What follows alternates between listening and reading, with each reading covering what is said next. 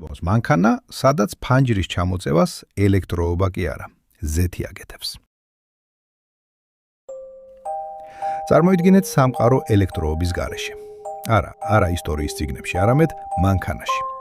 მანქანაში, სადაც ფუფუნება იმდენად აბსოლუტური იყო, რომ ინჟინრებმა გადაწყვიტეს ხმაურიანი ელექტროდრავები უბრალოდ დაევიწყებინათ.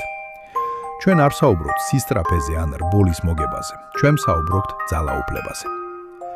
1963 წელი, Mercedes-Benz 600 Pullman.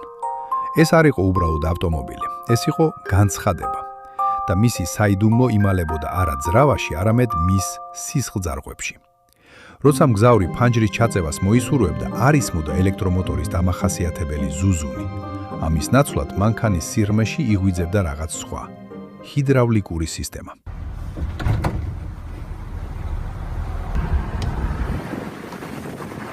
წარმოიდგინეთ, როგორ იხსნება მიკროსკოპული სარქველი და მაღალი წნევის ქვეშ მყოფი ზეთი ჩუმად, მაგრამ შეუქცევადად მიემართება მილებში. ფანჯარა ქვემოთ ისე სწრაფად და მდოვრედ მიცურავს, თითქოს უხილავი ხელი ამოძრავებს. არანაირი ხმა, არანაირი ვიბრაცია, მხოლოდ სუფთა, მდუმარე მექანიკა.